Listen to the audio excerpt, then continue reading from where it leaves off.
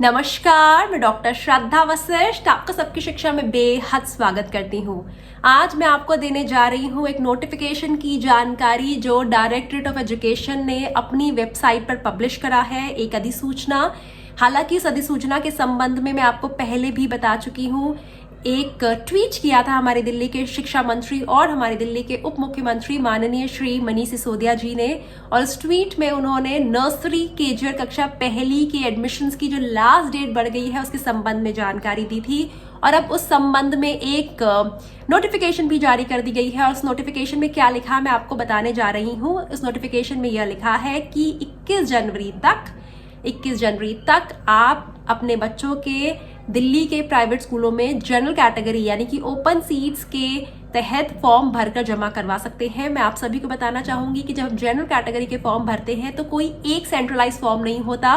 सभी स्कूल्स में फॉर्म भरने का तरीका अलग होता है। कई स्कूल्स में कंप्लीटली ऑनलाइन होता है, कईयों में कंप्लीटली ऑफलाइन होता है, कईयों में ऑनलाइन ऑफलाइन मिक्स होता है। तो जिस भी स्कूल का फॉर्म भरना चाहते हैं आपको उस स्कूल में फॉर्म भरने का तरीका पता करना पड़ेगा। अगर 10 स्कूल है तो 10 स्कूलों में फॉर्म भरने का जो भी तरीका है पहले आपको समझना होगा, पता करना पड़ेगा।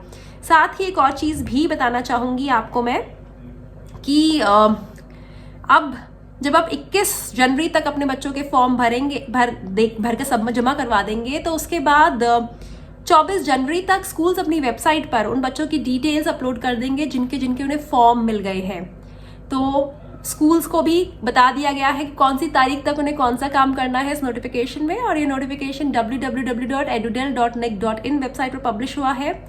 और मैं पहले आपको यह भी बता चुकी हूँ कि आप जो स्कूल्स हैं उनके जो अपने फॉर्म भरने हैं उसके लिए आपको कौन से कागजात चाहिए। आमतौर पर पेरेंट्स का जो एक रेजिडेंस प्रूफ है मांगा जाता है, माता के नाम का भी कोई मदर और फादर दोनों के नाम का आइडेंटिटी कार्ड टाइप मांगा जाता है। Identity card in the sense Aadhaar card या वोटर कार्ड या कोई और इंपॉर्टेंट डॉक्यूमेंट, रेजिडेंस प्रूफ मांगा जाता है, बच्चे का आधार कार्ड मांगा जाता है, और बच्चे के इम्यूनाइजेशन जो सर्टिफिकेट होता है जिसमें एक डिटेल्स होती हैं कि बच्चे को सारे वैक्सीनेशन लगी है वह मांगा जाता है। तो यही आमतौर पर कागजात होते हैं। डिस्टेंस के लिए घर के पते का प्रमाण पत्र यानी कि एड्रेस प्रूफ मांगा जाता है ताकि पता लगा सके घर से स्कूल की डिस्टेंस कितना है, क्योंकि दिल्ली नर्सरी एडमिशन्स में डिस्टेंस को बहुत ही घर से स्कूल के डिस्टेंस को बहुत इंपॉर्टेंट क्राइटेरिया माना जाता है और उसकी बेस पर बहुत पॉइंट्स मिलते हैं।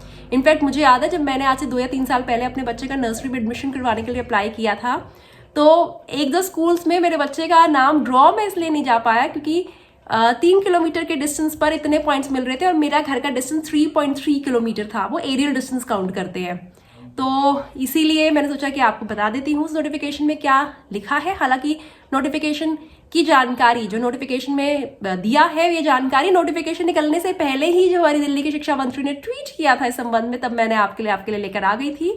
लेकिन मैंने हमेशा आपसे वादा किया है कि सारे नोटिफिकेशन मैं आपके लिए उनके बारे में लेकर आऊंगी। आपके मन में कोई कंफ्यूजन न रह जाए तो अभी तक ये जनरल कैटेगरी के तहत दाखिले चल रहे हैं और EWS कैटेगरी के तहत अभी फॉर्म निकले ही नहीं है। जब भी वह निकलेंगे उसके संबंध में जानकारी मैं आपके लिए लेकर आऊंगी। अब मुझे डॉक्टर श्रद्धा वशिष्ठ को इजाजत दीजिए। नमस्कार।